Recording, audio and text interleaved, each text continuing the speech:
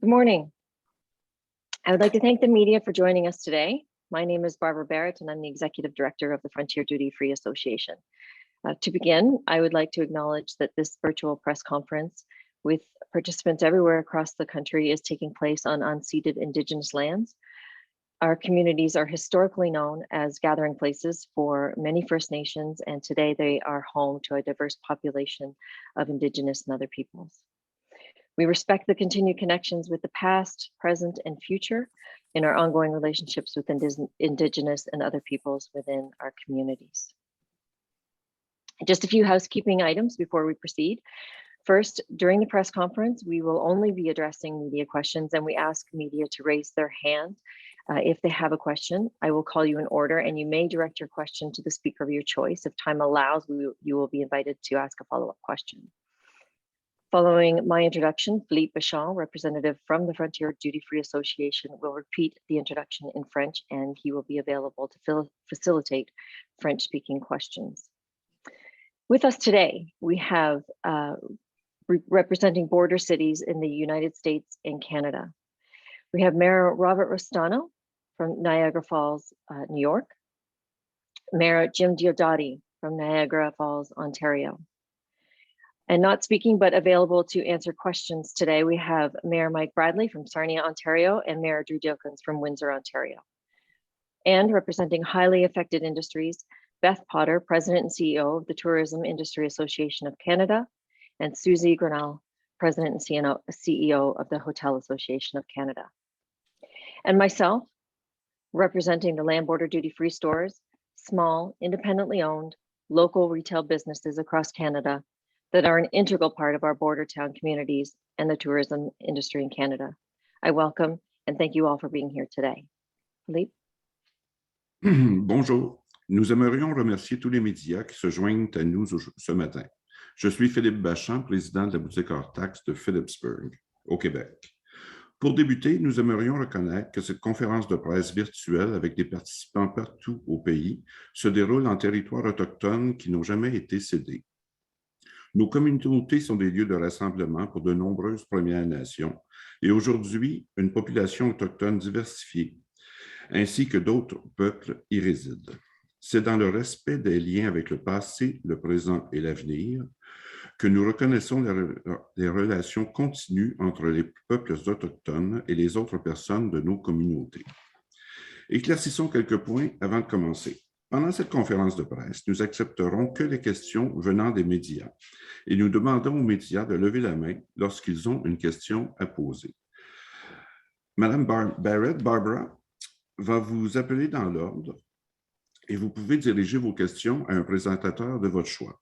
Si le temps le permet, vous serez invité à compléter votre question. Au besoin, je pourrai aider avec les questions en français. Et maintenant, commençons. Nous avons avec nous aujourd'hui, représentant les villes frontalières américaines et canadiennes, Monsieur le maire Robert Rostano de Niagara, New York, Monsieur le maire Jim Diodati de Niagara, Ontario, Monsieur le maire Michael Bradley de Sarnia, Ontario, et Monsieur le maire Drew Dilkins de Windsor, Ontario. Et représentant des industries très affectées, Madame Beth Potter, présidente de l'Association de l'industrie touristique du Canada, et Madame Susie Grinnell, présidente de l'Association des hôtels du Canada. Et aussi avec nous, Madame Barbara Barrett, représentant les boutiques hors taxes frontalières, de petites entreprises indépendantes locales réparties au travers du Canada qui font partie intégrante de la communauté frontalière et de l'industrie touristique canadienne. Nous vous souhaitons la bienvenue et merci d'être ici aujourd'hui. Barbara. Merci, Philippe. Before turning it over to our panelists to talk about the broad and substantial impact of the land border closure on their communities and all of Canada, I would just like to underscore the plight of our land border duty-free stores that rely 100% on cross-border travel. We only sell to cross-border travelers, and we have been either closed or over 95% down in revenue with the 2-year border closures and chaos, all while planes have flown over the border. Change is needed now, not a month from now, now. Today, to lead us To lead this call for the change, we have two distinguished mayors on either side of the Canada-US border in Niagara Falls to speak to the impact of the testing measures to border cities and the need for immediate change. Mayor Jim Diodati and Mayor Robert Rostano. Mayor Dilkins and Bradley will not be addressing you today, but are available for questions and comment after. Mayor Diodati will start with you and follow with Mayor Rostano. Thanks very much, Barbara, and good morning to everyone. And thank you to all our other people involved in borders and how we're all negatively affected with what's been going on. And Barbara, we've always maintained that we need to follow the science. And now the scientists like Dr. Zane Chugla from McMaster are telling us that travel is no more risky than any other activity. As a matter of fact, there's no scientific data or rationale to single out travel.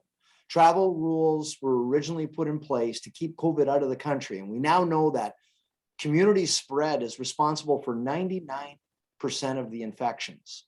So travel restrictions have now become obsolete, and it's devastating places like Niagara Falls. Niagara Falls is the #1 leisure destination in all of Canada, and it's been devastated for 2 seasons. We're now going into our 3rd season of COVID, and having mixed messages and half steps at the border has been confusing, and it's very frustrating. We've choked off tourism. Here in Niagara alone, we've got 40,000 people that count on tourism to feed their families. We have an entire industry that's been devastated. So unfortunately, travelers are a lot like water. They're going to take the path of least resistance, and that may very well continue to include bypassing Canada, which would be devastating. And the problem with waiting and delaying is that right now, our industry is planning their marketing for this coming season. And we need to have a clear and concise message to the traveling public about what the rules are. And I can tell you, Barbara, one of the #1 questions that I get by email, on social media, people stop me, what are the rules?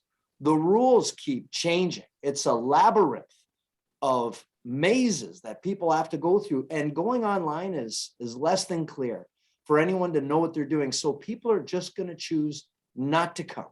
They hear about the horror stories at the border. We need to have a real clear and concise following the science message.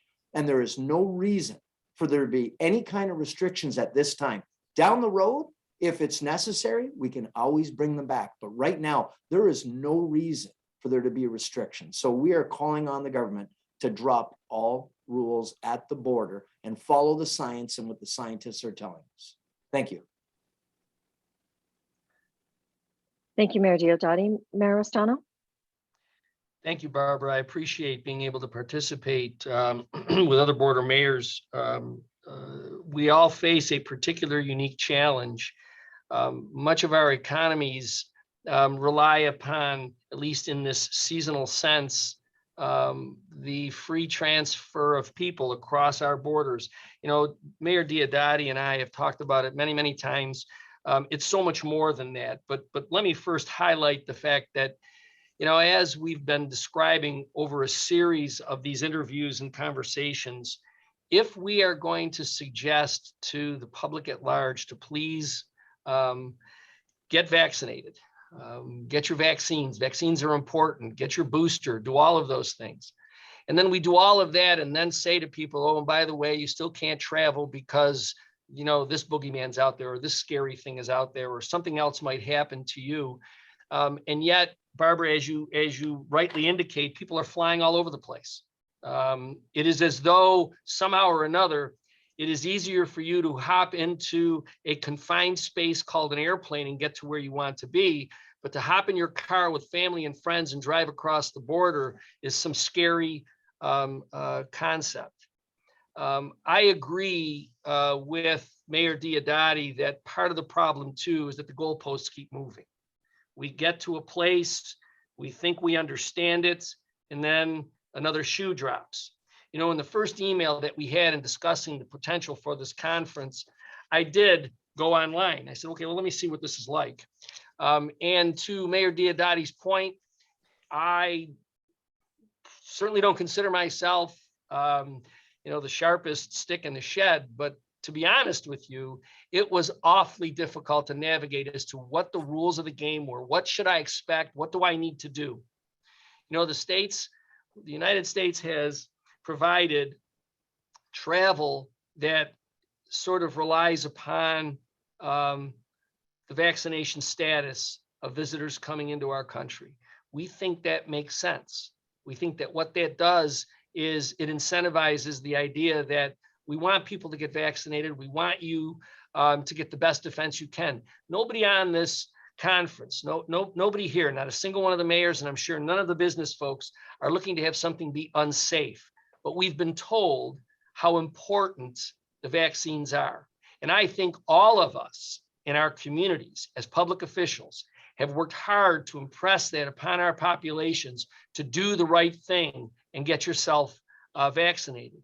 And so with that, we're just expecting, okay, you know, now that we've done our part, help us to sustain our economies, help us to do the things that help make, you know, our locations exciting for travelers from America to Canada, Canada to America, and other parts of the world. You know, again, Mayor Diodati and I have expressed this a number of times, and I suspect that it's the same in some of the other border towns as well. You know, Mayor Bradley, Mayor Dilkins, the city of Niagara Falls is more than just a place where we talk about tourism. It's also a place where families are sort of straddled across both borders. You know, you have family situations, and we are going into our third year where, you know, the idea of attending a wedding, a baptism, a funeral, some of the simple things and the stuff we took for granted of families getting together now become complicated equations of how to make sure that we do things in a way that's going to be not in violation of rules, which, by the way, may change from Monday to Friday. So you find yourself not only having to navigate through that, but then when you start to think about the imposition financially on some families to do some of the things that are required, it really becomes such an impediment to even families being able to join one another. So I would simply join, you know, in the call to let's make land border crossing simple. Let's incentivize vaccines. Let's make sure that all we have to do is establish the fact that we've been fully vaccinated. I think we all recognize that no one's ever going to declare COVID has been ended for all time. I think even the scientists are saying that it's something we're going to ultimately live with. We will get to a point where it is like so many other viruses that exist in the world today. And clearly in the beginning, it did have very, very drastic results for those who contracted the virus, but we're in a different place now. And if we recognize that we're in a different place, then let's make sure that we also recognize that in our economy, we need to get back to a better place. Thank you again for letting me join in with you. Thank you both, Mayor Diodati and Mayor Ostano. And to make comment on how this is affecting businesses, particularly those in the tourism industry, I invite Susie Grinnell of the Hotel Association of Canada and Beth Potter of the Tourism Industry Association of Canada to remark. Susie? Morning. Thank you, Barb. Good morning. I'm Susie Grinnell, President and CEO of the Hotel Association of Canada. This morning, I'm going to speak plainly and directly about where our member hotels are at and what they need to survive. Tourism has lost 2 critical summer seasons in a row. Our hotels, employees, and suppliers have been devastated. No business model can survive being closed for nearly 2 years. If we miss a 3rd summer, our sector will be at serious risk of collapse. And the booking window for summer is now. Let me be clear, Canada is not open for business for all the reasons that have been identified in this call already. Major destinations around the world are dropping travel restrictions because scientists and physicians have said that community spread makes these restrictions pointless at best and a waste of resources at worst. If scientists are suggesting that these restrictions are no longer needed, then why do we continue to inflict such pain and devastation on our tourism and hospitality industry and on our border communities in particular? Americans visiting by car are by far our sector's biggest and most reliable customer. For 2 years, our best customers have either been barred outright by land border closures, or they're being scared off by our complicated and ever-changing travel rules. If you want to save the summer, we must act now, today, to remove any testing requirement at the land border and end the uncertainty for Americans looking to travel to Canada. These rules continue to devastate these border communities and the anchor businesses like hotels that underpin them. We must act now. Thank you. Beth? Thank you, Susie. My name is Beth Potter, and I'm the president and CEO of the Tourism Industry Association of Canada. And, you know, you've seen me and heard me say this before, and I'll say it until it's no longer true. The tourism industry was the first hit, the hardest hit, and it will be the last to recover. For 2 years, border-based tourism has been devastated. What was once $105 billion a year industry has been basically cut in half. Our industry, and especially our members in border communities, have been one of the hardest hit sectors throughout this pandemic, and they will be the absolute last to recover. 2 full years of land border closures and heavy restrictions have cost our industry hundreds of thousands of jobs, and many of these jobs will never come back. So while the tourism industry is encouraged by the federal government's recent move to scrap the PCR test requirements for entering Canada, this announcement goes neither far enough nor fast enough to keep up with the rapid loosening of provincial health restrictions, the worldwide ending of travel restrictions, and most importantly, the clear science. Canada has one of the highest vaccination rates in the world, and we now know that the vast majority of COVID cases are tied to community spread. Maintaining testing at the land border did not keep COVID out of our country. We need to end pointless testing at the land border and have a plan to return not only the land border, but also our air and water borders to normal. We are asking for immediate action to end all testing at the land border. Continuing to require costly pre-arrival testing, including the rapid antigen test, only continues to punish a sector that has taken the biggest hit on restrictions during the pandemic. It will cause travelers to make a choice not to travel to Canada. Health experts are all indicating that travel is safe, and government policy must change to reflect this. And I can tell you that on behalf of our members, that it is safe. We have seen a very low transmission rate during travel, and our owner operators have put all of the health and safety protocols in place that meet or exceed ministry and public health requirements. We need to take a major step and drop all the pre-arrival testing measures for fully vaccinated travelers. We are asking the federal government to listen to the science and end confusion around Canada's testing requirements. And that is ultimately why today, together with local border mayors, TIAC is calling on the federal government to end all of the pre-arrival testing requirement for land border travel. Thank you, and back to you, Barb. Thank you, Susie and Beth, and to all of our speakers today who are all united in this message for immediate action. We will now open the floor to media questions. Please note that Mayor Dilkens and Mayor Bradley are also available. Again, please use the raise hand function and we will call you in order. We will also be monitoring the Q&A function for questions here. Please do state your name and publication. Ben, if you can let us know if there are any questions waiting.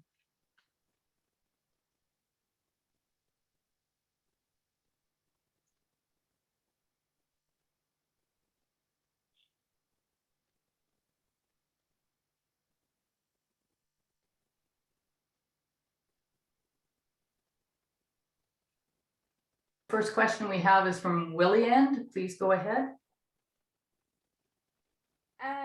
This is Andrienne Williams with CBC French. I don't know who can speak French here, but so my question would be directed to someone who can speak French to just maybe summarize what you are calling for here today. Merci pour votre question. Je suis Philippe Bachan de la boutique hors taxe de Phillipsburg au Québec. Vous savez, notre industrie, l'industrie touristique a été grandement touchée par les restrictions à la frontière. Et ce qui est demandé aujourd'hui, c'est d'essayer de sauver la 3e saison. Nous avons perdu les 2 dernières saisons touristiques à cause de restrictions de fermeture de frontières et ce qui est tout à fait normal au début. Le virus était là, c'était très dangereux, mais la situation a évolué et nous sommes rendus à un autre niveau. Et nous avons besoin, on est rentré à la fin février et la saison touristique est juste à nos portes. Les hôtels ont besoin de faire leur booking pour la saison qui s'en vient et on a besoin de lever les restrictions de tests à la frontière pour rentrer au Canada. C'est notre grande demande aujourd'hui. Donc, vous aimeriez qu'il n'y ait plus du tout de tests, c'est-à-dire ni des tests rapides, ni des tests PCR, seulement le statut vaccinal, en fait? C'est exactement ça. C'est ce qui est demandé pour entrer aux États-Unis en ce moment. Pour passer la frontière terrestre aux États-Unis, vous avez besoin de votre passeport vaccinal, votre preuve de vaccination. Et on demande de faire la même chose au Canada. Parce que même le test rapide, ce qui a été annoncé la semaine dernière, c'est pas si facile que de faire le test à votre chambre d'hôtel le matin en partant, puis d'arriver au Canada. Le test doit être fait tout par un pharmacien ou un médecin et c'est vraiment pas clair comment il doit être fait. On a fait des recherches pour voir. Moi, personnellement, j'ai regardé comment pouvoir faire ça pour rentrer au Canada et puis je n'ai pas trouvé. C'est pas clair, c'est pas facile. Pour qu'une famille de 4 personnes puisse aller skier à Killington au Vermont pour la fin de semaine, ça ne fonctionne pas encore. Ou que les gens du Vermont viennent passer le week-end à Montréal. C'est très, très difficile. Donc, on demande de demander le passeport vaccinal et ou la preuve de vaccination et de lever la demande de test. Merci. Plaisir. Merci. Allison, any further questions? Yes, the next question is from Angelo Aversa. Please go ahead. Thank you. Good morning. Question for Windsor Mayor Drew Dilkins. Mayor, wondering if there's been any change since the rapid test has been put in at the border. Has there been any change in movement this side of the border from people or even going to the States? Has there been an increase in traffic with people having that option of paying less for those PCR tests? Yeah, so Angelo, let me rewind just a bit to say when there was that window just a few months ago where Canadians could travel into the United States for 72 hours without the requirement of testing to come home. As owners of the Windsor-Detroit Tunnel, we monitor the traffic volumes very, very closely. And I can tell you, we did not see a material increase at all in people deciding to go over to the United States. You know, I really think Canadians are smart. Our people in our communities are smart.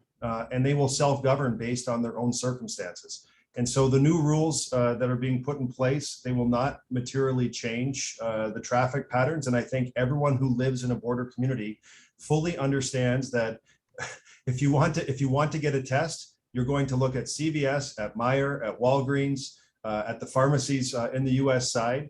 You'll have to make an appointment probably 4 days in advance. And if you hope to get an appointment, and whether you click the box that says rapid antigen test or PCR test or rapid ID now test, any of the tests that are acceptable to come back to Canada, you still have to go through the hassle of clicking the box, making the appointment, finding a pharmacy that is available. And let's not forget that on the rapid antigen test side, although it is a marked improvement, I suppose, in terms of the cost if one has to pay for it, these are not readily available. So the practicality of the loosening of this restriction really means nothing to the average traveler. And so I think what we need to do is trust Canadians to make smart decisions. We've asked people to get vaccinated. That is the high watermark here of the pandemic to help get everyone through. As Mayor Restano said, get vaccinated. And that restriction will remain likely in place at the border. But having the requirement for a test is really an optical illusion of safety. It is providing no real protection. And let me give you an example. I can get a PCR test in Detroit, 72 hours before I come to Canada. So I could go get the test. If I was an American or a Canadian, I could spend the weekend, go over. The first thing I'm going to do is make my appointment at the pharmacy so I guarantee I get my results back in time, because the return on the testing results is always unknown. That is the sort of, variable factor in the equation. I'm going to make my appointment, get my test. I now have, let's say, 71 hours I can spend in the United States. I can go see a concert one night. The next day, I can go see a Detroit Lions game with 60,000 people. I might as well go shopping, get some groceries, go to a mall, do whatever. Oh, by the way, I've got 1 hour left to come home. I've got my testing results by now, and I crossed the border back into Canada. And guess what? 72 hours ago, I was negative, but I've just undertaken high-risk activity that is not captured in the testing regime here, in the scheme. And I think it just shows it certainly shows the frailty of the system that has been set up. And so I agree with everyone here. We are in a different place in this pandemic today. I think if we're following the science, we can agree that being fully vaccinated is the high water mark, but the need for testing at the land border is long over. And I echo Mayor Diodati, and Mayor Bradley would probably agree as well, and Susie and everyone on this call. As the mayor of the city of Windsor, where our largest tourism attraction is Caesars Windsor, a place that employs over 2,000 men and women in my community. I am home to North America's largest distillery, 19 wineries, 13 craft breweries, and the whole host of other tourist attractions that you would find in a border community. This community is being hit hard. It can no longer afford another year of losing a travel season, and these types of restrictions cause pain in the community. Time to remove the land border testing requirement, and do it now. Thank you. Quick follow-up, Mayor, if you don't mind. I feel like I should know this answer, but the operations of the duty-free at the Windsor-Detroit Tunnel, what are they currently? Completely closed or with limited? Yeah, go ahead, Barbara. I can respond to that. So they, during the time of the closure of the complete closure of the border, they were able to service essential workers, but that constituted about 5% of their regular business. They are now open, but really their sales or their business is 80 to 95% down of what it regularly would be pre-pandemic. Thank you.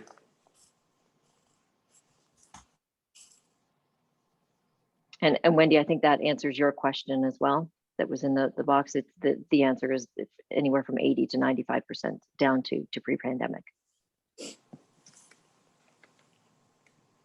The next question is from Jason with CBC. Thank you. This is also for Windsor Mayor Drew Dilkens. I'm wondering if you can quantify or illustrate the economic impact that having testing at the border crossing has really had on our community in Windsor Essex. Numbers, or just to kind of hammer home how much economically this has affected our community.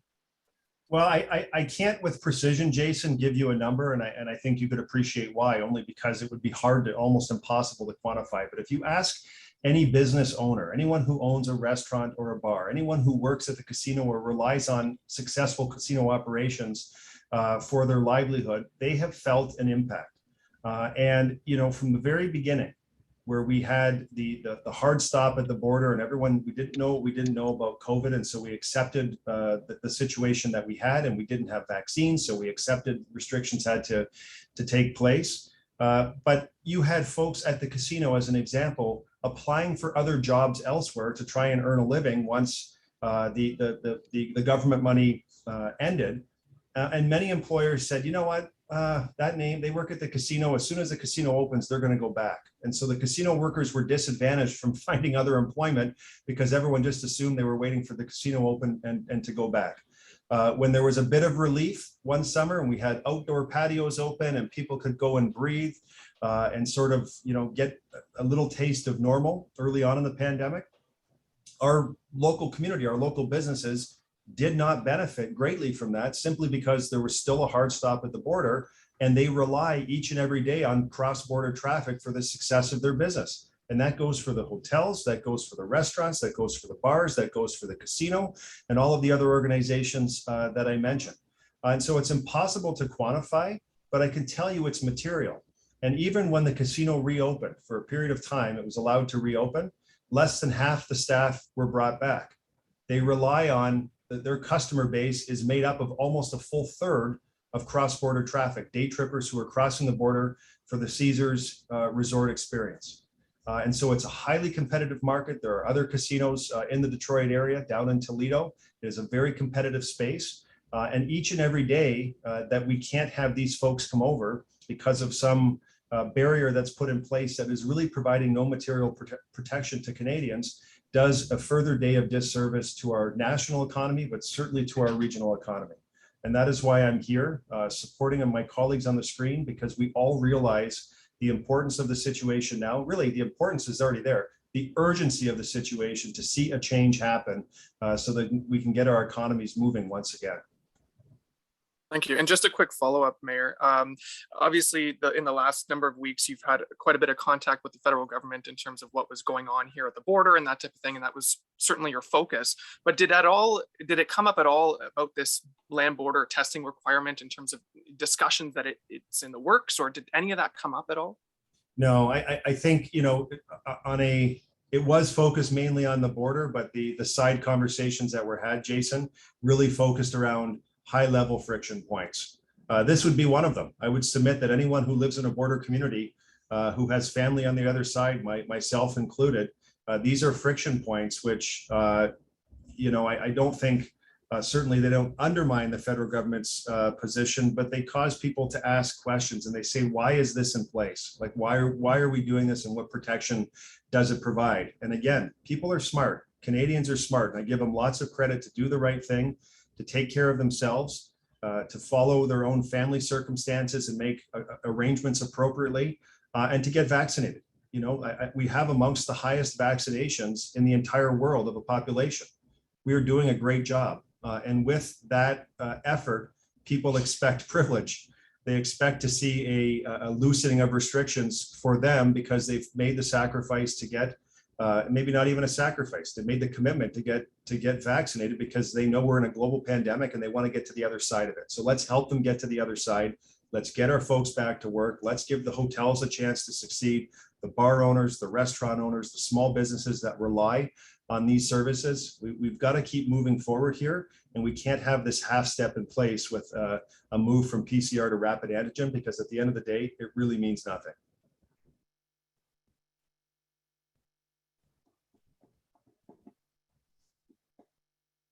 Any further questions? Yes, there's one more hand raised from Momin Qureshi. Yes, thank you so much. Yeah, thank you so much for taking my question. Momin Qureshi from City News here in Toronto. I just wanted to know, you guys had mentioned that you want this removed right now, but I just want to know if there is a sort of drop dead date that you have in mind where you want this done so that the tourism year for this year isn't as impacted. I know you said right away, but is there realistically a date that you have in mind where you need it done before? Beth, do you want to take that? I'll jump Okay, in. go ahead. And just from my perspective on the border here, I'd say yesterday would be the answer. I mean, we've got spring break coming up. This should have happened a long time ago. We started planning our marketing at the end of the last season. So we're losing valuable ground. We have to plan where we're going to be advertising, who's going to be able to come, who will our customers be? And at this point, we don't know. Here in Niagara, 50% of all of our revenue comes from the US. So are we targeting the US or are we not targeting the US? We don't have the money to waste for the risk. And, you know, anyone who's been in business, myself included, for 25 years, it's not easy to be in business and to be successful. The odds are against you. And when you put a business into this kind of a situation for 2 years running, going into the third year, you hear about the great resignation. Now I can tell you there's hospitality business owners who can't find employees. So they have to shut down several days a week. This has been absolutely devastating. And if we don't get action, because we know now it's not about safety, it's just about optics. We don't need optics. Business people can't feed their family. Employees that work in the hospitality industry can't feed their family. And like Mayor Ray Stano said, and a lot of us who live here, and I know Mayor Dilkins alluded to this as well, and I'm sure Mayor Bradley's in the exact same situation, we have families on both sides. Here in Niagara, we're one city divided by a border. So I can't visit cousins and other family members because of this. There's too many hoops to jump through. So when should this happen? It should have happened already, certainly yesterday. So there's no time to wait. There's no time to sit on our hands. We need to take action. We're planning our marketing right now for this coming season. And we don't want this to be strike three. I could just add to that, this is not just the plan, we don't just have March break coming up, but this is the planning cycle for the summer. And we are hearing very much from our American counterparts that the perception is that Canada is closed for business.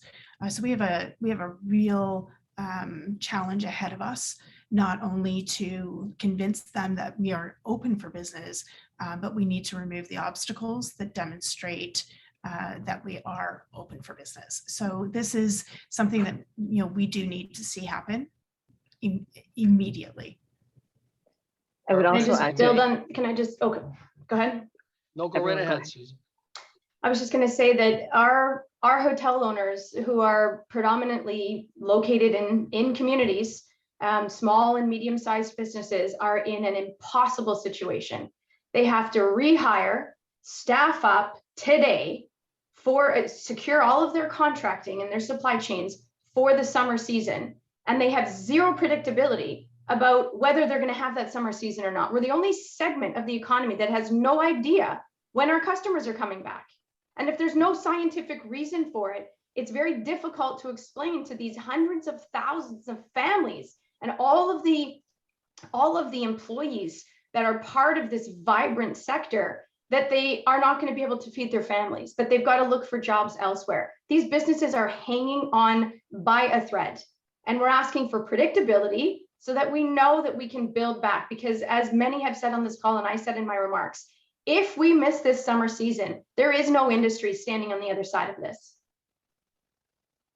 Thank you, Barbara, Mayor let me Sun. just say, and Mayor Dilkins alluded to that end of November into the early part of December period where there was this little window. I can tell you during that period of time in the city of Niagara Falls, New York, it really could have been the city of Niagara Falls, Ontario. There was an incredible crush of our Canadian friends, neighbors, and families coming to restaurants. There were waiting lines and reservations. Restaurants were seeing and retailers were seeing the kind of explosion in their businesses that they were used to 2019 and backwards. So I will say this, at least with regard to the Niagara region, once there is sensibility in the land border crossing entering into Canada, I know that our restaurants, retailers, lounges, and bars here in the city of Niagara Falls, New York, they will once again see that explosion. We saw it for a 3-week period, and it was fabulous. So I just want to give you that perspective from the other side of the border. Thank you, Mayor Stono. I would also add that when the minister announced this change to the antigen test, they said that they are constantly reevaluating, and we pledged to them that the time is now to reevaluate, not a month from now. In discussions recently, we were told that they make these decisions on a monthly basis, and that's not good enough. The time is now.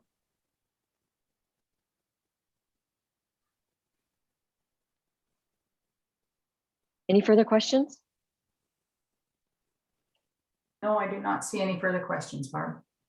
I thank everyone for being here today. I'll draw this press conference to a close. Thank you, everyone, and have a great day. Thank you. Thank you so much. Merci beaucoup.